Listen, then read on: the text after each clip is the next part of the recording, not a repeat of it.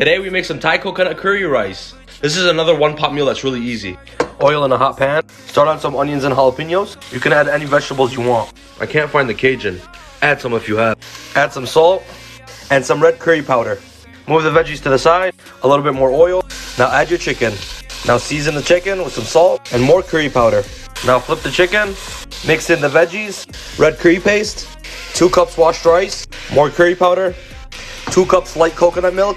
And 2 cups chicken broth. Add butter if you like. And finish off with some salt. Now bring to a boil. Now cover and drop to a simmer. Cook for about 12 minutes. Fresh lime juice. Fresh cilantro.